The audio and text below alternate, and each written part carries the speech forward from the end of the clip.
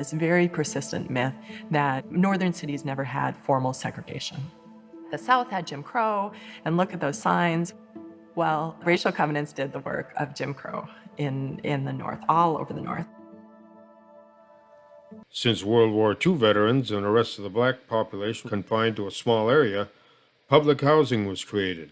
You have 400 units of public housing, which were segregated at the time, created. In 1953, the City Council of Minneapolis refused to scatter another 1,000 units of public housing outside of the Sumner Field Homes area. And where did these pressures?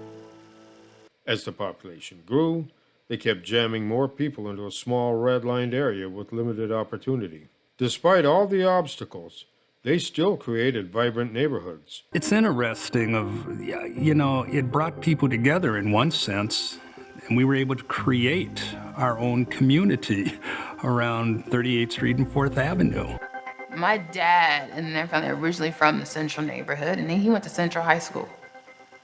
And they tell me these stories just about what they called kind of the Black Mecca in the Central neighborhoods.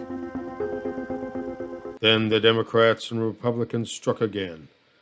They deliberately put the interstate highways right through these neighborhoods and destroyed much of what had been built, including the work of World War II veterans.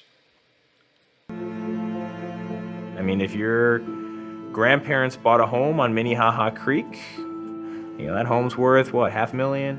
If your grandparents rented an area that was redlined and then subsequently destroyed by a freeway project, you're not inheriting anything. This is a map of present-day Minneapolis.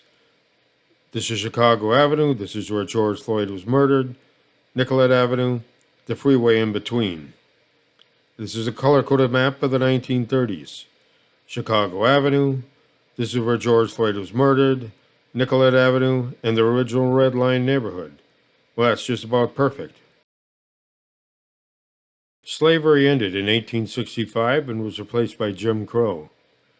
Jim Crow ended in the late 1960s, and in 1971 the war on drugs started. As the years passed, there were more drug warriors and more drug laws. Today we have 4% of the world's population, but 25% of the world's prison population, and 33% of the female prison population. We incarcerate people 5 times faster than China, 10 times faster for African Americans. If the Chinese government is as evil as our leaders claim they are, what does that say about our country? All this is how America thanked Black World War II veterans for their service.